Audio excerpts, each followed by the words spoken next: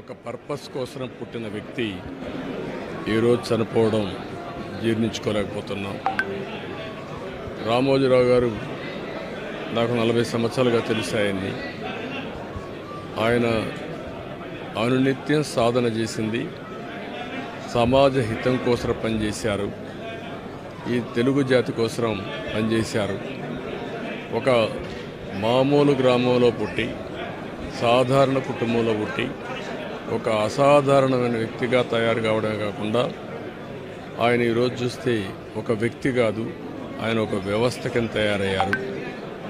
ఆ రోజు ప్రారంభించింది మనం ఒకసారి చూస్తే మార్గదర్శితో ప్రారంభించి మార్గదర్శి అయిన తర్వాత ఈనాడు ప్రారంభించి అదే మాదిరిగా ప్రజా చైతన్యాన్ని మనం చూస్తే ఈరోజు రాష్ట్రంలో ఏ ఇంట్లో కూడా నిద్ర లేస్తానే ఈనాడు చదివితే తప్ప బయట వచ్చే పరిస్థితి ఉండదు.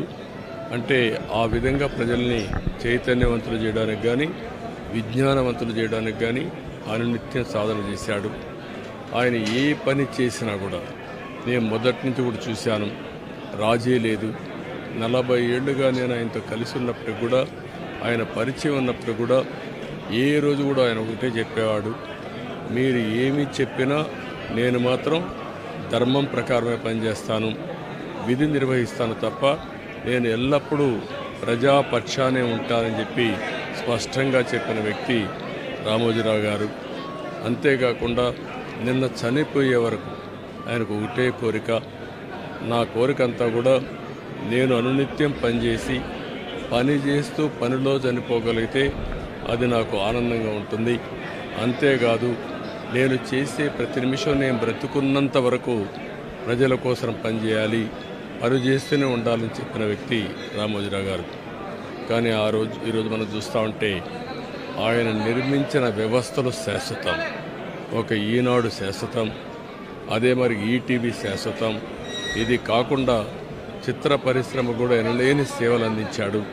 ఈరోజు రామోజీ ఫిల్మ్ సిటీ మీరు చూస్తే దేశంలోనే ఒక అత్యున్నతమైన స్టాండర్డ్స్లో రామోజీ ఫిల్మ్ సిటీ తీసుకొచ్చి ఆయన అనునిత్యం చెప్పేవారు, నేనేదో ఒక కమర్షియల్ కాంప్లెక్స్ కట్టచ్చు, వ్యాపారాలు చేయొచ్చు, నా వల్ల ఈ సిటీకి లాభం రావాలి, అదే మరి రాష్ట్రానికి ఆదాయం రావాలి, టూరిజం కింద ఉండాలని చెప్పి చేశారు. అలాంటి ఒక మహానాయకుడిని ఈరోజు పోగొట్టుకున్నాం. తెలుగు జాతి వెలుగు, తెలుగు వారి గుండెల్లో చిరస్థాయిగా ఉండే వ్యక్తి, అలాంటి వ్యక్తిని పోగొట్టుకోవడం చాలా బాధ అనిపిస్తుంది. ఏదేమైనా ఆయన ఇచ్చిన స్ఫూర్తి ఉంది. నా జీవితంలో ఎన్నో సంఘటనలు, నాకు ఎప్పుడైనా క్లిష్టమైన సమస్య వస్తే ఆయనతో నేను కన్సల్ట్ చేస్తే దాన్ని ఏం చేయాలనో ధైర్యాన్ని ఇచ్చే వ్యక్తి అతను.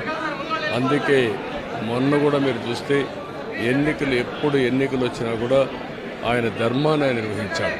ఆయన ఎప్పుడు కూడా ధర్మం సైడే ఉన్నాడు, అదేవిధంగా పనిచేశారు. అందుకే ప్రజల్లో కూడా ఒక అచంచలమైన విశ్వాసం ఆయన పైన.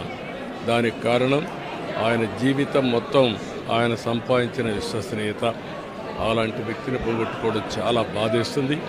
ఏదేమైనా ఆయన ఆశయాలు తెలుగు జాతికి ఉన్నాయి. ప్రతి ఒక్కరు కూడా ఆయన ఆరాధిస్తారు. అందుకనే ఈరోజు ఒకటే కోరుతున్నా, ఆయన చెప్పిన విషయాలన్నీ నా చెవుల్లో ఎప్పుడూ రింగుమంటూ ఉంటాయి, వినపడుతూ ఉంటాయి. తప్పకుండా మళ్ళా తెలుగు జాతిని ఏ విధంగా ముందుకు తీసుకుపోవడానికి, అదే మరి ప్రత్యేకంగా ఆంధ్రప్రదేశ్ నష్టపోయింది, ఆ రాష్ట్రాన్ని అభివృద్ధి చేయడానికి రామోజీరావు గారు ఇచ్చిన స్ఫూర్తితో ముందుకు పోతానని చెప్పి తెలియజేసుకుంటూ, మరొకసారి ఈనాడు ప్రేక్షకులకి, ఈటీవీ ప్రేక్షకులకి, రామోజీరావు గారి ఈరోజు ఈ సంస్థలో పనిచేసే సిబ్బందికి, అదే మరి కుటుంబ సభ్యులందరికీ కూడా నా ప్రగాఢ సానుభూతి తెలియజేస్తున్నా. వారికి భగవంతుడు ఒక శక్తిని ఇవ్వాలి. ఆ శక్తితో మళ్ళీ ఈ లెగసీని కంటిన్యూ చేసి రామోజీ గారి యొక్క స్ఫూర్తి చిరస్థాయిగా ఉండడం కోసం వాళ్ళు పనిచేస్తారని చెప్పి ఆశిస్తున్నా. అదే సమయంలో ఆయన ఆత్మకు శాంతి కలగాలని భగవంతుడిని మనస్ఫూర్తిగా ప్రార్థిస్తున్నా. ఆయన చేసిన పనులు శాశ్వతం. భవిష్యత్తులో కూడా తెలుగు జాతి గుర్తుపెట్టుకునే విధంగా చేశారు. అలాంటి ఆయనకు మనశ్శాంతి కలగాలని భగవంతుడిని మనస్ఫూర్తిగా ప్రార్థిస్తూ, తెలుగువారి అందరూ ఆశీస్సులు ఉన్నాయి, ఆ ఆశీస్సులు ఆయనకు ఎప్పుడూ ఉంటాయని చెప్పి కూడా కోరుకుంటూ అందరి దగ్గర సెలవు తీసుకుంటాం.